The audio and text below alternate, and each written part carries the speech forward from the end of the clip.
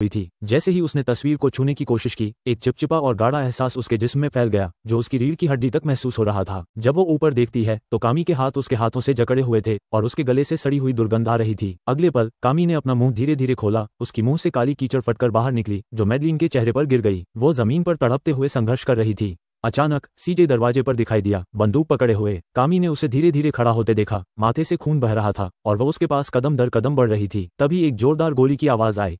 कामी पर कोई असर नहीं हुआ। उसने एक शातिर मुस्कान दिखाई और अचानक गायब हो गई, जबकि मैडलिन उसके पीछे खड़ी थी, बंदूक तानकर। सीजे को झटका लगा।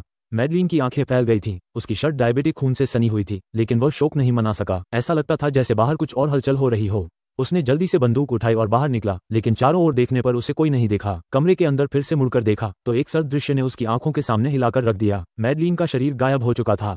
जैसे ही श्वास कम होने लगी, ड्रू और हन्ना एक दूसरे को गले लगाकर शांति से मौत का सामना करने के लिए तैयार थे। तभी मुख्य दरवाजा अचानक खुला। सीजे उनके सामने आया, घबराया हुआ, कांपते हुए मैडलिन की मौत की खबर दी। जैसे ही वे वॉल्व से बाहर निकले, बत्तियां डरावनी